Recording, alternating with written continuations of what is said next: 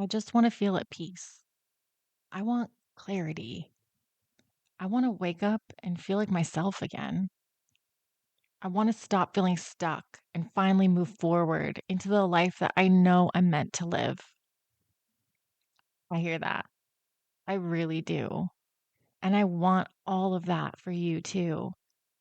But today, I want to have an honest conversation with you because sometimes the things that we're asking for and the thing that will actually set us free are not quite the same thing. And when you can understand the difference, that's where everything changes. Today, I'm going to help you close that gap. I'm going to open your eyes to what you can do to finally manifest the things that you have been working so hard for. Today's episode is a little longer than usual, but believe me, it's worth every juicy minute. Welcome to Jotindi, Journey to the Inner Divine, a sacred space for healing energy, emotional release, and soulful transformation. If you're ready to live with joy, ease, and purpose, you're in the right place. Last week, I went to a seminar that completely changed the way that I view things. I went to learn how I can add one specific service to my business that I've been dreaming of, but I left with so much more than I anticipated. I realized that on my quest to help you manifest the things that you desire, I've been leaving out something important: the transformation. I've been showing you how to fight emotional fires and how to feel safe in your body and how to regulate your nervous system, but I haven't really put it all together for you. And that's what I want to do for you today. I want to talk about the overall transformation and how you can achieve it. Now, I want to share something that I think is going to feel very familiar to you. There is something that you want. We all have wants. Maybe the thing that you're thinking of is something that you've wanted for a while now. You can picture it. You can feel the edges of it. You might have even done a lot of work trying to get there, and yet something keeps getting in the way. Or maybe it arrives for a moment and then slips away again before it fully takes root. Or maybe it just hasn't come yet and you're not really sure why. And I want to offer you a possibility today that I hope lands because it's not a criticism.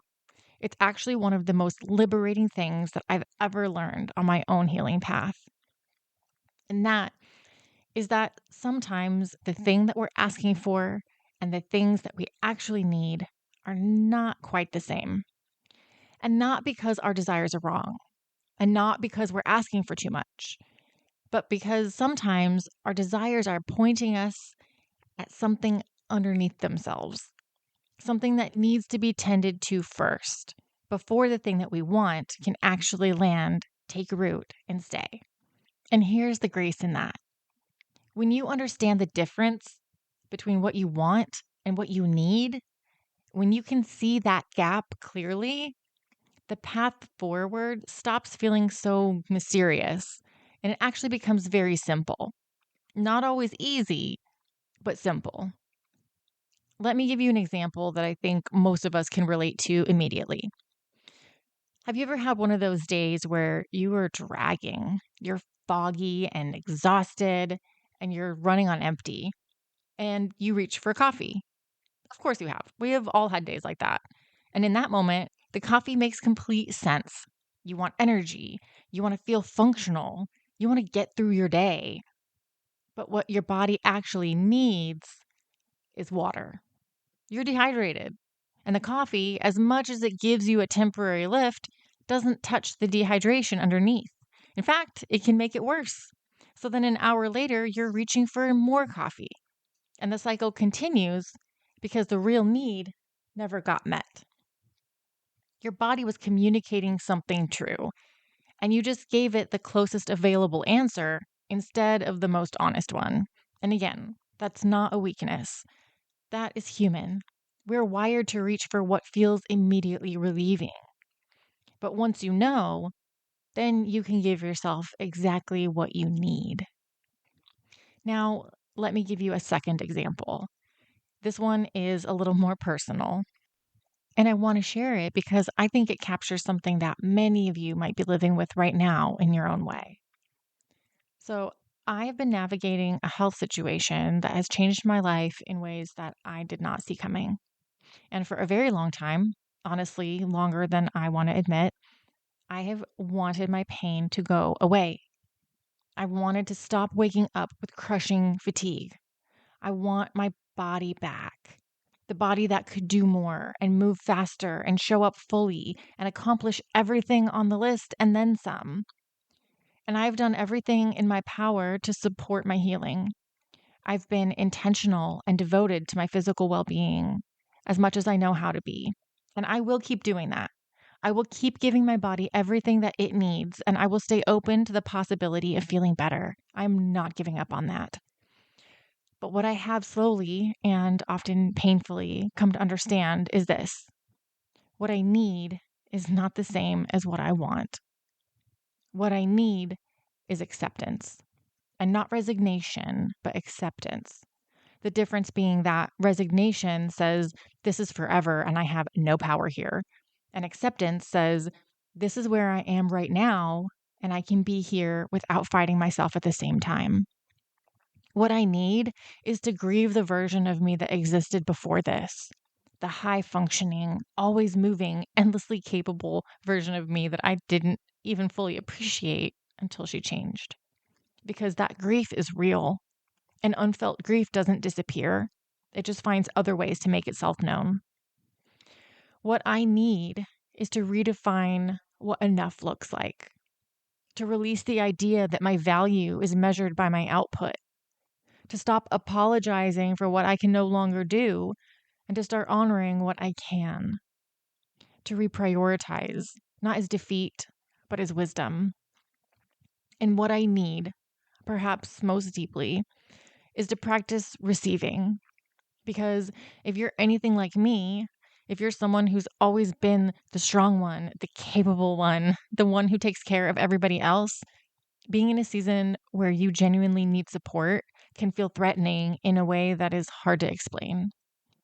Learning to receive gracefully, to let people in, and to stop white knuckling through everything alone, that is its own profound healing.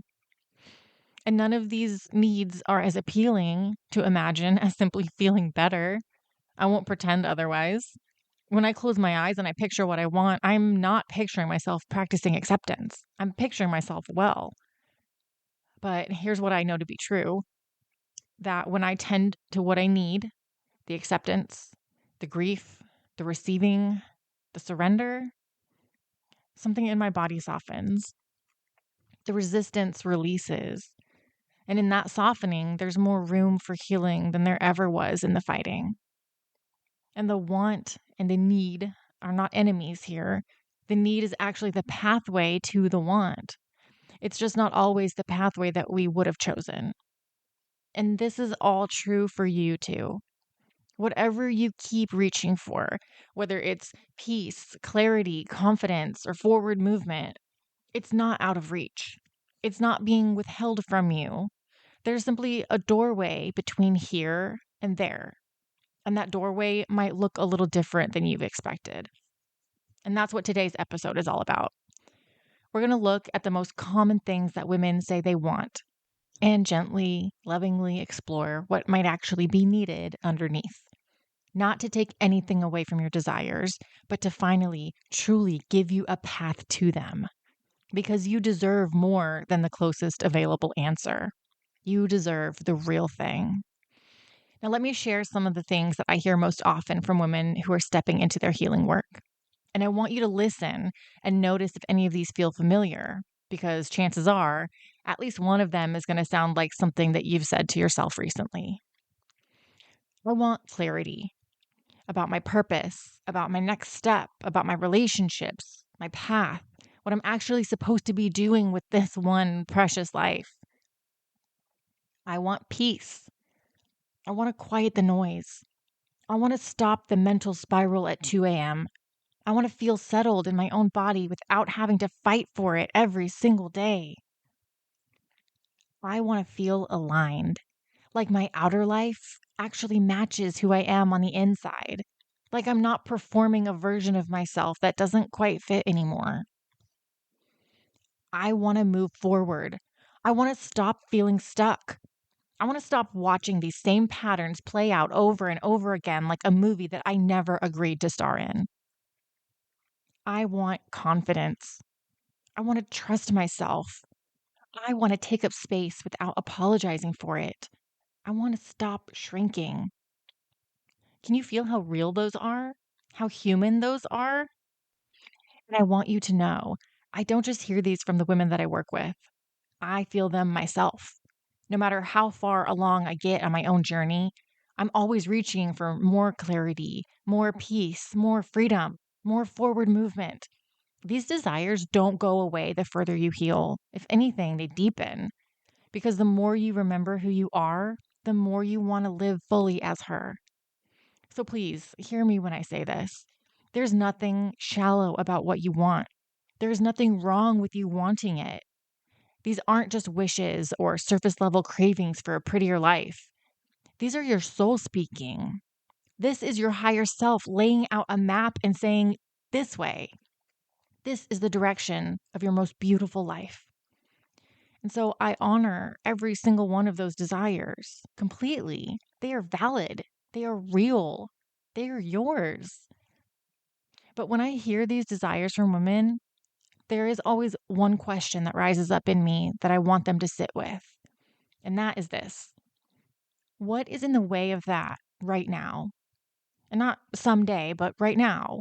What's actually standing between you and the peace that you're asking for? What is the barrier between you and the clarity that you're seeking?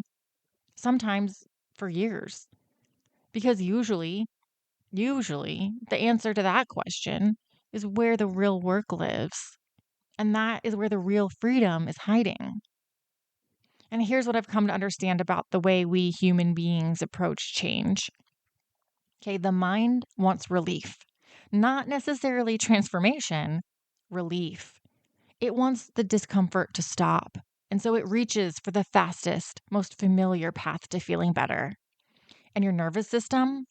Well, the nervous system is incredibly wise, but it's also incredibly loyal to what it already knows.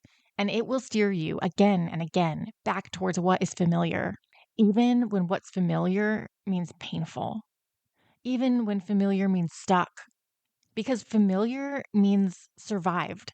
Your nervous system looks at your past and says, wow, you made it through that. I know how to handle that. And it would rather navigate something hard that it recognizes than something healing that it doesn't. So we reach for the version of change that feels the most manageable, the most comfortable, and the least disruptive. And there's another layer that I find absolutely fascinating, and that is that we tend to chase external clarity as a way of avoiding internal discomfort, right? We look for the answer outside ourselves, like the right coach, the right course, the right sign from the universe. Because sometimes sitting quietly with our own inner world feels genuinely unbearable. And science actually backs that up in a way that I find both hilarious and deeply telling. There was a study done in 2014 where researchers asked the participants to simply sit alone with their thoughts for a few minutes. No phone, no distractions, nothing to do, just be. And you know what happened?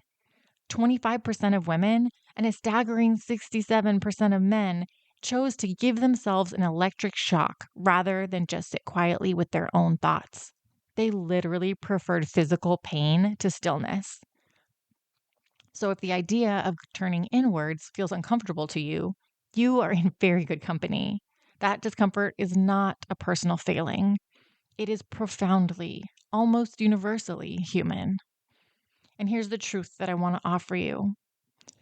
Sometimes what we think we want is actually just the most comfortable version of change, not always the most honest one. And that's not something to be ashamed of. It's just something to be aware of. Because awareness, as we've talked about before, is always the first step. Once you can see the pattern, you get to choose differently. And that choice, that's where the transformation actually lives. So now we get to the part that I really want to lean into because we've talked about what you want and we've talked about the gap. And now I want to get honest with you about what I see underneath those desires. in the women that I work with, in the women in my community, and honestly, in myself. And I want to say this before we go deep into this. Nothing I'm about to share is meant to make you feel like your own desires are wrong, or like healing is supposed to be miserable, or like you have to suffer before you're allowed to feel good. That is not what I'm saying. What I'm saying is that sometimes the most loving thing that we can do for ourselves is to get honest about what is actually needed. Because when we tend to the real need, everything else starts to shift naturally, organically, without forcing. So let's go there. The first thing that I see underneath so many women's desires, especially the desire to move forward, is unprocessed grief. And I know that grief is a word that can feel very heavy, maybe even dramatic. You might be thinking, I haven't lost anyone. I don't have anything to grieve. But I want to expand what grief can mean. Because grief isn't only about death. Grief is the natural response to any significant loss or perceived loss. And so many of us are quietly carrying grief that we've never fully acknowledged, let alone allowed ourselves to feel. Grief for a relationship that ended and took a version of yourself with it. Grief for the childhood that you deserved and didn't receive. Grief for the dreams that you quietly set aside somewhere along the way because life required something else from you. Grief for the mother that you needed and didn't have. Grief for the years spent in survival mode when you deserved to be living. Or grief for the version of yourself that you were before the trauma, before the heartbreak, before the thing that changed everything. That grief is real. It is valid. And if it hasn't been felt, it hasn't gone anywhere. It's just waiting. And here's what I know about unprocessed grief. It doesn't just sit quietly in a corner. It shows up as numbness, as anxiety, as that inexplicable heaviness that you can't quite shake even on a good day. And the reason forward movement keeps feeling like wading through water is because you're still tethered to something that you needed to mourn. Moving forward doesn't mean leaving the grief behind. Sometimes it means turning around and letting yourself feel it, giving it the space and the witness that it always deserved, so that it stops following you, so that it stops showing up uninvited in your relationships and your choices and your quiet moments. Grief, when it's finally felt, becomes one of the most powerful portals to transformation there is. And not because it feels good in the moment, it doesn't, but because on the other side of it is a kind of lightness that nothing else can create. A freedom that comes from having loved something enough to mourn it, and then having chosen yourself enough to let it complete. If the desire to move forward keeps pulling at you, ask yourself honestly, is there something that I haven't let myself grieve yet? Because sometimes the fastest way forward is to first allow yourself to be still and sad and human, and just let that be enough for now. The second need that I see so often, especially in women who identify as empaths or as healers, as the ones who feel everything, is the need to release energy that was never theirs to carry. Now, if you listen to my episode on ancestral healing, some of this might sound familiar because so much of what we carry wasn't created by us. It was inherited, absorbed, taken on without anyone ever asking our permission. Maybe it's the anxiety that lives in your chest that you've just assumed was always yours. But when you really trace it back, you can't find a clear personal origin for it. Maybe it's a sadness with no name, or a sense of responsibility that feels crushing and boundless and impossible to put down. Maybe a fear that seems completely disproportionate to your actual life. And on top of ancestral energy, there's also the energy that we absorb simply by being in relationship, with mothers who needed us to be small, with partners who required us to manage their emotions, with families where being the strong one, the capable one, the one who holds it all together, was simply the role that we stepped into because somebody had to. And that's a lot to carry. And most of us have been carrying it for so long that it doesn't even feel heavy anymore. It just feels like us, but it isn't you. And when you begin to release it, when you start asking, is this mine or did I absorb this somewhere? Something profound begins to happen. You start to feel the difference between your actual emotional landscape and everything that got layered on top of it. And for the first time, maybe in a very long time, you get a glimpse of who you actually are underneath all of that. Wanting peace very often means needing to put down what was never yours to carry, because you cannot pour peace into a vessel that is already full of somebody else's pain. And this is where the real work of energetic boundaries and ancestral healing and somatic release becomes so powerful. Not as spiritual concepts to think about, but as lived, embodied practices that actually move what's been stuck. The third need, and this one might be the most countercultural thing that I say today, is the need to learn to sit with discomfort without spiraling. We live in a world that has made discomfort into an emergency. Every uncomfortable feeling has to have a fast solution available to it. Scroll, snack, shop, distract, numb, rush to fix it. And so we've collectively lost our tolerance for simply being with what is hard. And this matters deeply for healing, because healing, the real, lasting kind of healing, is not a comfortable process. It asks you to feel things that you have been avoiding. It asks you to stay in uncertainty for longer than feels okay. It asks you to sit in the not knowing without immediately reaching for an answer. A lot of I want clarity is actually I want the uncertainty to stop. And those are very different things, because clarity doesn't always come from figuring it out. Sometimes clarity comes from being willing to not know fully, gracefully, and without panicking until the answer reveals itself in its own natural divine timing. The women that I've watched undergo the most profound transformations are not the ones who found a way to eliminate discomfort from their lives. They're the ones who learned that they could survive discomfort without losing themselves in it, who learned that a difficult feeling is not a crisis. It's just a feeling. It moves, it passes, it carries information, and it does not have the power to destroy you unless you run from it so hard that it starts to chase you. And this is a skill. And like every skill, it can be learned and it can be practiced, but it cannot be bypassed. There is no shortcut around it. And the healing that waits on the other side of developing this capacity is extraordinary, because suddenly you're no longer living your life in avoidance of your own inner world. You're free to move through it, to feel fully, embrace all your emotions, and learn to listen to what they're trying to tell you. And the fourth need, this is the one I think is the quietest, the most tender, and honestly the most common, is the need to rebuild trust with yourself. This one lives underneath so much of what women bring to healing work, underneath the desire for confidence or the longing for alignment, underneath, I just want to know what I'm supposed to do. Because when you've been through trauma, when you've been betrayed or dismissed or gaslit or simply not protected the way that you deserve to be, something very specific happens. You stop trusting your own instincts. You start second guessing that voice inside you.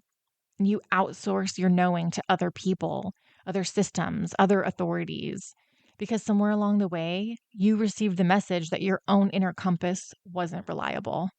And so you seek clarity outside yourself.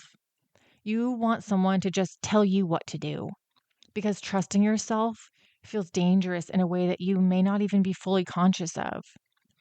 That's what I experienced when I was in an abusive relationship. I called everyone I knew to vent because deep down I needed them to tell me what to do over and over until someone said it in a way that actually made it feel more real than the gaslighting.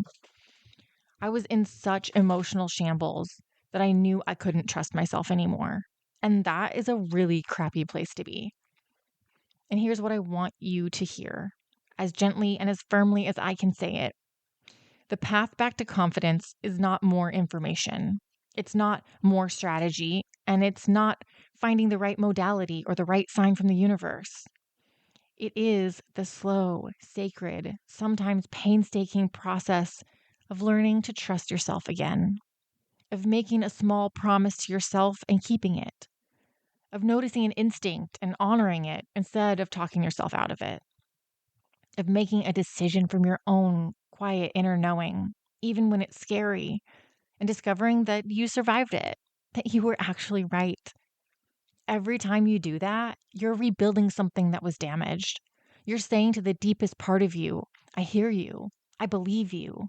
I've got you. And over time, those moments accumulate into something unshakable, into a relationship with yourself that no one can take from you. That is what real confidence is built from. Not from finally having it all together, but from finally coming home to yourself, from creating a deep connection with your trust and your intuition. And here's what I want you to notice as I've walked through each of these needs. None of them is about doing more. Not one of them is about adding another practice or achieving another goal or becoming a different person. Every single one of them is about releasing something. You release the grief that was held, the energy that wasn't yours, the need to control discomfort, and the distrust of your own inner voice. And transformation at its deepest level is not always addition, it's liberation. And when you tend to these needs, when you do the honest, courageous, quietly radical work of meeting yourself where you actually are, something remarkable happens. Those things that you've been wanting, they start arriving. And not because you've chased them harder, but because you finally cleared the space for them to land. Peace that has roots, clarity that has steadiness, confidence that has depth, and forward movement that actually lasts. That's what's waiting for you on the other side of this work. And you are so much closer than you think. Something else that's worth talking about is why we reach for the surface desire instead of the deeper need. Because I'm sure at least some of you are confused as to why we wouldn't just dive straight into the thing that will actually give us the transformation that we seek. Maybe you're in a place where you've begun your transformation and now you don't fully relate to who you used to be, but at the same time, haven't fully stepped into who you're becoming. You're sort of in this liminal space where nothing feels solid. This space where a lot of women think that something is wrong, but it's actually where the real transformation's happening. This space feels uncomfortable because we live in a culture that markets transformation as a destination, a feeling, an aesthetic, an arrival point, and it shapes what we think we're supposed to be looking for. I mean, just a quick scroll through Instagram or TikTok, and you're going to see endless picturesque landscapes with beautiful women and flowing skirts and their hair blowing in the wind with captions saying, living in flow, trusting every step, and knowing exactly where I'm meant to be. But our deep needs, our grief, our discomfort, trust rebuilding, they aren't so pretty to market. They don't make good highlight reels. So we don't see them represented as the real doorway very often. Also, since the nervous system naturally moves away from discomfort, wanting peace makes perfect sense when you've been in pain. The instinct to skip the hard part isn't weakness. It's another sign that your nervous system is doing its job to protect you in the best way that it knows how. But protection and healing are different things. And at some point, the protection that kept you safe starts keeping you small. And it's time that we help our nervous system find new ways of being. Now, you know I'm all about providing you with actionable steps. So I want to give you 3 journaling prompts that are going to help you identify what you actually need. So the first question is, what do I keep saying I want? And how long have I been wanting it without it arriving? The length of time that something's been wanted without manifesting is often a clue that something underneath it needs attention first. Don't limit yourself or censor yourself or try to talk yourself out of what it is that you truly want. Just allow the ink to flow and free write whatever comes up. Next, I want you to ask yourself this. When I close my eyes and allow myself to imagine having what I want, what emotions come up alongside the excitement? Of course, you'll probably feel joy and happiness, and often there's relief, yes.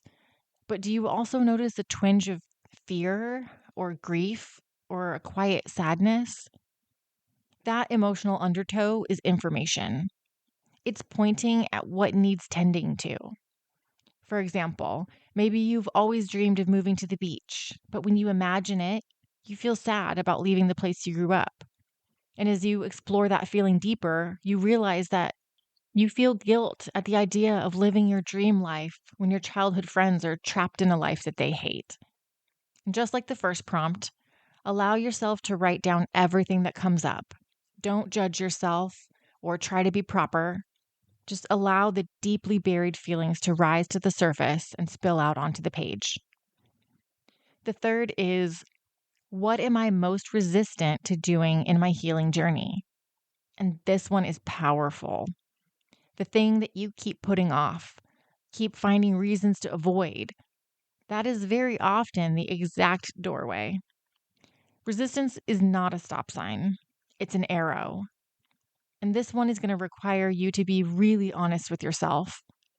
Many people feel like once they uncover this and truly admit it to themselves, then they'll feel obligated to take action. But just remember, there is growth and awareness, and you can take action when you're ready with the right support. Remember the part where we learn to be comfortable in the liminal space?